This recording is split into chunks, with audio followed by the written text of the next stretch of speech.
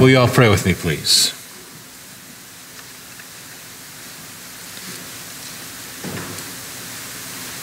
God of wonder, who created the heavens and the earth, who created all life herein, who created the mysteries and wonders that we are still seeking to unlock, understand, and to use in a mutually beneficial fashion to the power of science and research. Loving God, in the blink of an eye, because you said, let it be, the things that stop us and make us be in awe were just merely simple thoughts. How on earth, how in this world, how in this universe can we stop and believe that we could be as knowledgeable, all-powerful, all-knowing, could handle anything that this world throws at us better than you? But we do. We set forth a timeline and the schedules of our lives. We call them calendars and daily planners, errands to run, meetings to meet, things that need to get done. We make those priorities of our lives. How often do we not stop and say, thank you for life and opportunity? We don't as often as we should, because we get caught up in what needs to be done. And we forget, oh God, that all of it is a gift from you to live, to grow, to wonder, and to be in awe of your creation and your interaction in our lives. Forgive us when we take the power into our own hands. Forgive us that we get angry at you when we do not rely on you, do not acknowledge you, do not try to grow and be one with you. Forgive us when we think we have it all figured out and we're just too scared to say that we don't. For when you forgive us, oh God, when you embrace us, and it's not an embrace to say, see, I told you so. It's an embrace to say, my child, I am here with you. Trust me, and I will show you the way. And then you give us wisdom. You give us ability. You give us patience. You give us eyes that we can see and ears that we can hear. You give us minds to process the world, and you give us hearts in which we can share your love. A love that connects our heart to yours in our times of quiet and meditation. We stop and remember, oh God, Doug Catfish Jackson, who has recently been diagnosed with cancer that is affecting various areas of his body. Loving God, be with him and allow healing of the intervention of healing to take place in and amongst his life. Be with his friends and family as they surround him at this time. Remember our sister Edna Hill and her daughter Lois as Edna continues to recover from her time in hospital. Loving God, there is a mystery. We don't know what all happened and why she's there, but we give thanks that she's in the right place. Be with her. Allow her to be discharged soon and to go home. Remember the members of Joyce Heist's family who is traveling from Brazil this week. It'll be a time of welcome, embrace, and celebration when they arrive. Between now and them, O God, give them safe passage. Remember Jerry Elsenheimer, whose cancer is spreading. Loving God, we just ask that this stop and that a miracle take place of healing. Remember our sister Anna McGregor, who unexpectedly went into the hospital a couple days ago. We are thankful that she is there receiving treatment so that she can recover from her flu and from her pneumonia. But we just ask, oh God, that you make this fast. Allow her to listen to the physicians, take the medications, and join us again real soon. And we remember, oh God, Mabel Bell, Vonda Sterrick's mom, who had a stroke this past week. Loving God, she is now in the process of recovering and understanding the limitations that her body now has. And she'll have time of therapy and reprogramming so she can overcome this infirmity that she's experienced. Pour your Spirit upon her, giving her the patience and the perseverance to move forward.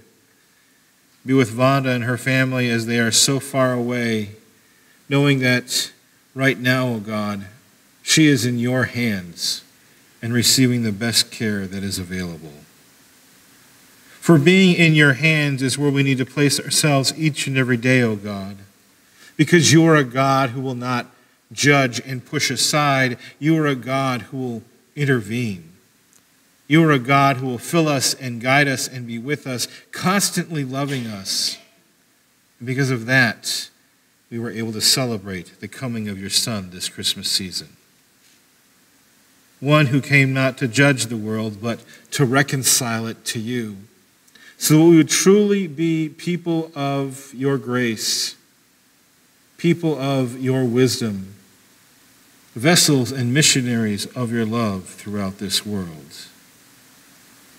Loving God, hear our prayers this morning as we continue to worship you. In your Son's precious and most holy name.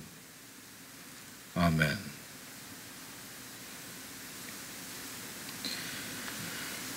Our scripture reading for this morning is taken from the book of Exodus, chapter 2, verses 1 through 10. This is the first Sunday for the next 6 Sundays that I'll be doing a teaching series based on Moses. But the point of the story of Moses is we just came out of Christmas. Emmanuel, God coming and being with us. Where there's no finer story of God being with someone than highlighting some of the elements of Moses' life and God being part of that. So we're going to begin some of that study in looking at Exodus chapter 2, verses 1 through 10. Now a man from the house of Levi went and married a Levite woman.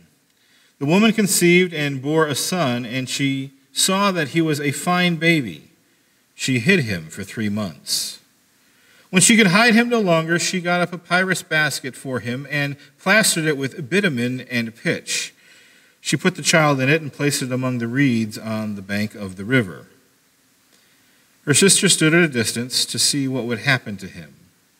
The daughter of Pharaoh came down to bathe in the river, while her attendants walked beside the river. She saw the basket among the reeds and sent her maid to bring it. When she opened it, she saw the child. He was crying, and she took pity on him. "This must be one of those Hebrew children," she said. Then his sister said to Pharaoh's daughter, "Shall I go and get you a nurse from the Hebrew women to nurse the child for you?" And Pharaoh's daughter said, "Yes." So the girl went and called the child's mother. Pharaoh's daughter said to her, "Take this child and nurse it for me, and I will give you wages." So the woman took the child and nursed it. When the child grew, she brought him to Pharaoh's daughter, and she took him as her son. She named him Moses because she said, "I drew him out of the water." May God add a blessing on the reading of his word today.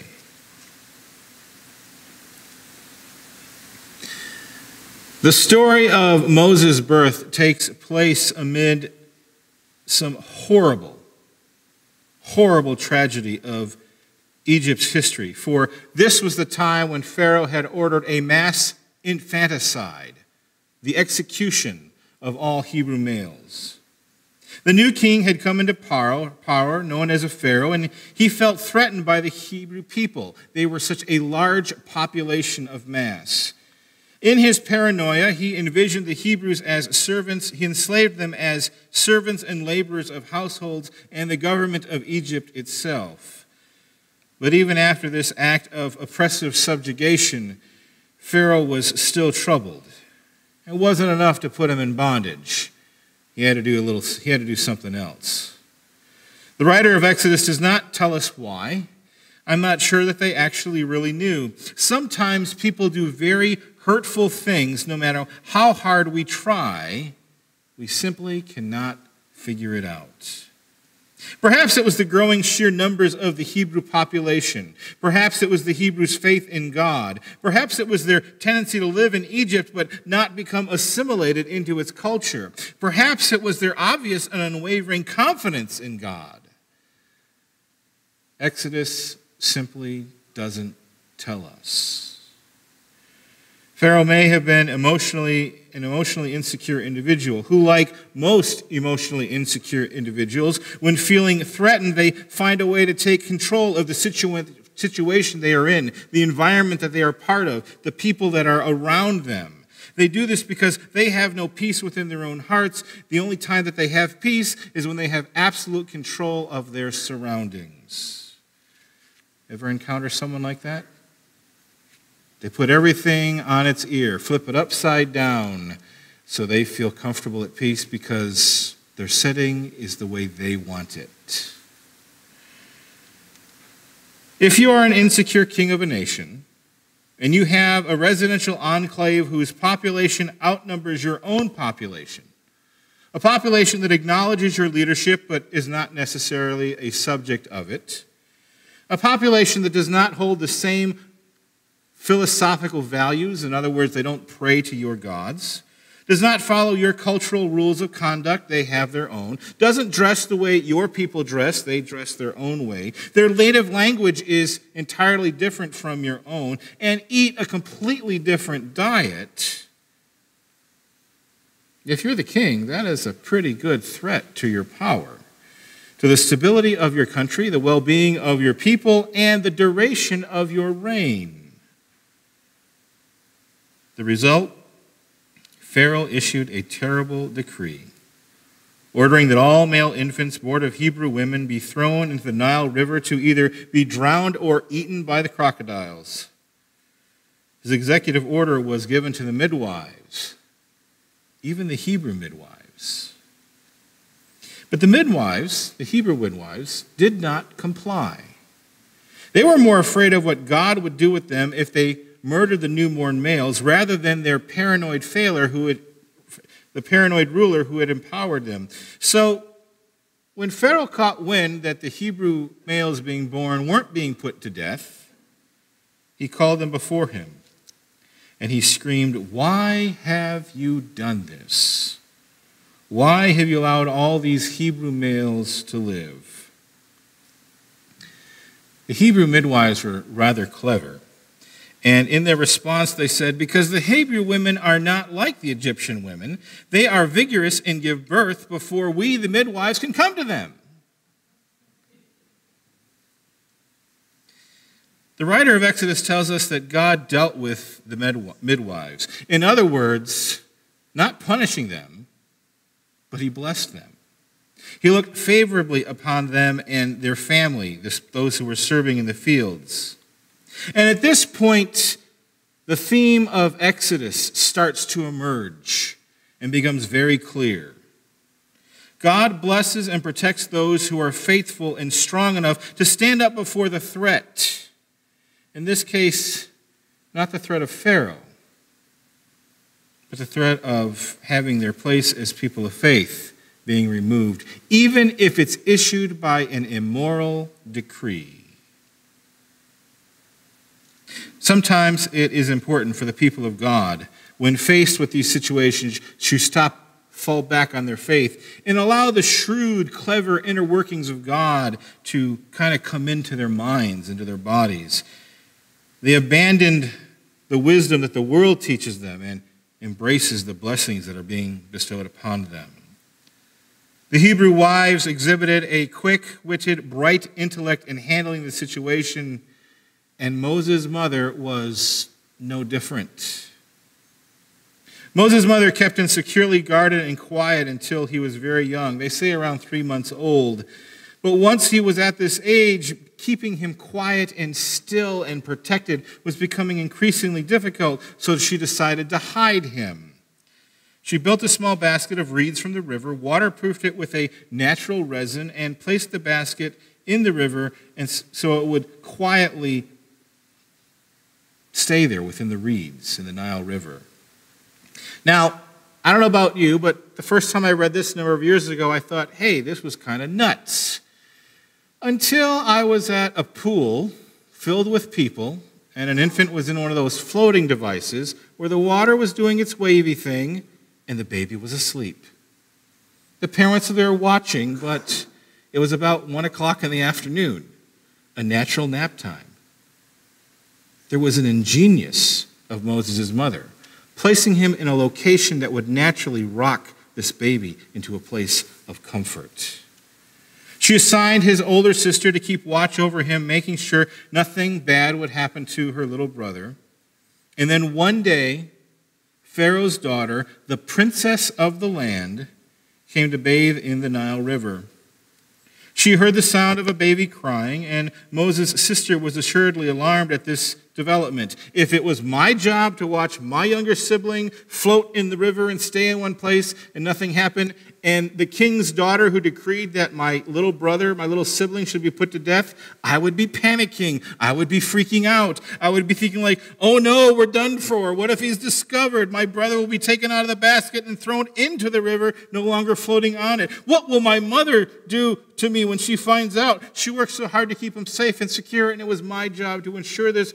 Uh-oh. But the baby Moses captured the heart of Pharaoh's daughter. In that one special moment, a daughter of Pharaoh broke the pattern of cruelty that had been ordered by her father, the king of Egypt. The princess knew the edict of her father, but she looked upon the innocence of this small child, and in that moment, her heart claimed him for her own. So she would take him into his household. Here comes more of that clever shrewdness of God working within an individual.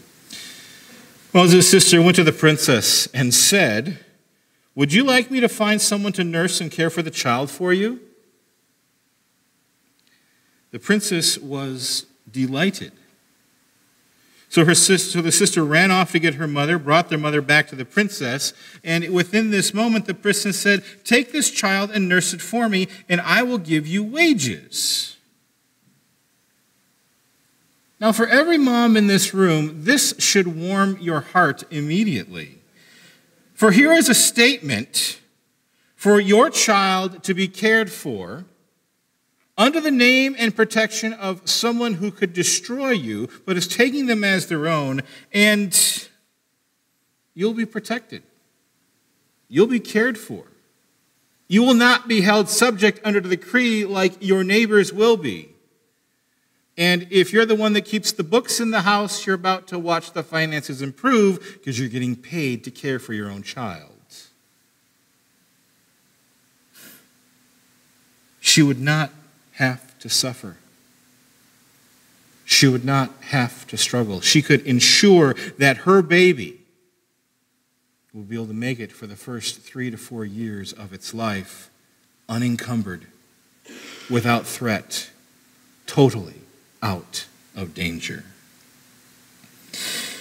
Moses' mother took him to the palace, and it is believed that she stayed with him through his early years. It wasn't until he reached adulthood that she was dismissed to go back to the Hebrew homes. There's evidence that within this that God was working in all of these situations and continued. Because it is guessed, we don't know for fact, but it is guessed that as she raised Moses, she told him stories about God. What are the lullabies that we sang to our children? Lullabies that we heard as children. Do you know what the Hebrew women sing to their children in lullabies? They sing the Shema. We interpret it as, "Hear, O Israel, the Lord your God is one. Love the Lord your God with all your heart, with all your soul, with all your mind." In Hebrew, it was, "Shema Yisrael, Adonai, Eloheinu, Adonai Echad. Va'ahavta v'ahek Adonai Eloheinu, v'kol levabecha, v'kol nafsheka, Big home, Meodeka. That would have been a lullaby being sung in the original Hebrew Aramaic form. What a great way to teach someone about God in the way of song, in the way of presence, in the way of lifestyle. She never became an Egyptian. She stayed a Hebrew woman, and she lived her faith so that her son would see this. A son who would grow up to become a shepherd, a son who would grow up to become the leader of a nation, who would actually take that nation from people of broken, mindless slaves and turn them into a unified people under God. Where did it all begin? With God's intervention in protecting him through his birth in that river, through the princess of Egypt, through his mother, eventually through personal revelation.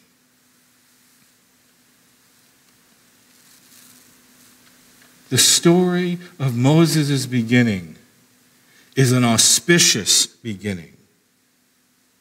It is very clear from Exodus because it is revealed time and time again when we feel lost, without hope, all alone, like we're up against an oppressive obstacle that we simply cannot understand or deal with. God is there, intimately involved, present in our lives. God is present in the cleverness of the midwives, the shrewdness of Moses' mother, the quick thinking of his sister, even the compassion of Pharaoh's daughter. God was there in all of that. It was not by chance, by luck, by happenstance. It was God working in Moses' life even before he did not know or was aware.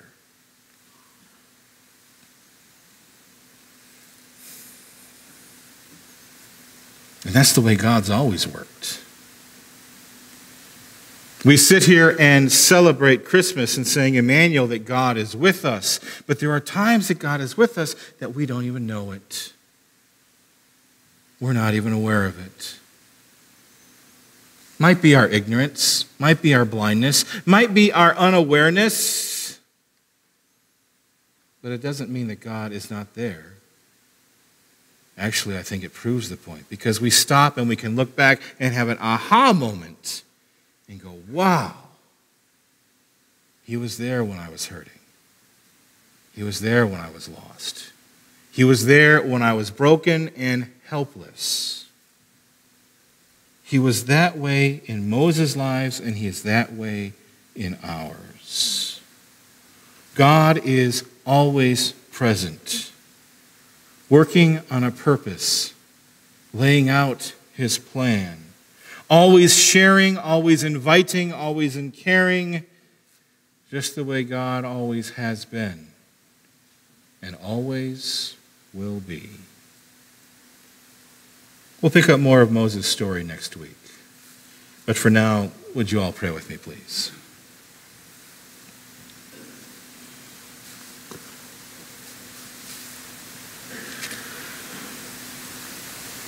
Loving God, not all of us have auspicious beginnings like Moses did, but we all have a beginning. And you are always there. And the way our parents took care of us, you sent adults to take care of Moses. In the way that you helped Moses grow, you help us grow. In the way that you delivered him, you deliver us. Help us, O God, as we embrace the coming of your Son, not merely to remember that, but to embrace it. Take it into our minds and our hearts and allow us, O God, to share that love with the world. We ask this in your Son's precious and most holy name. Amen.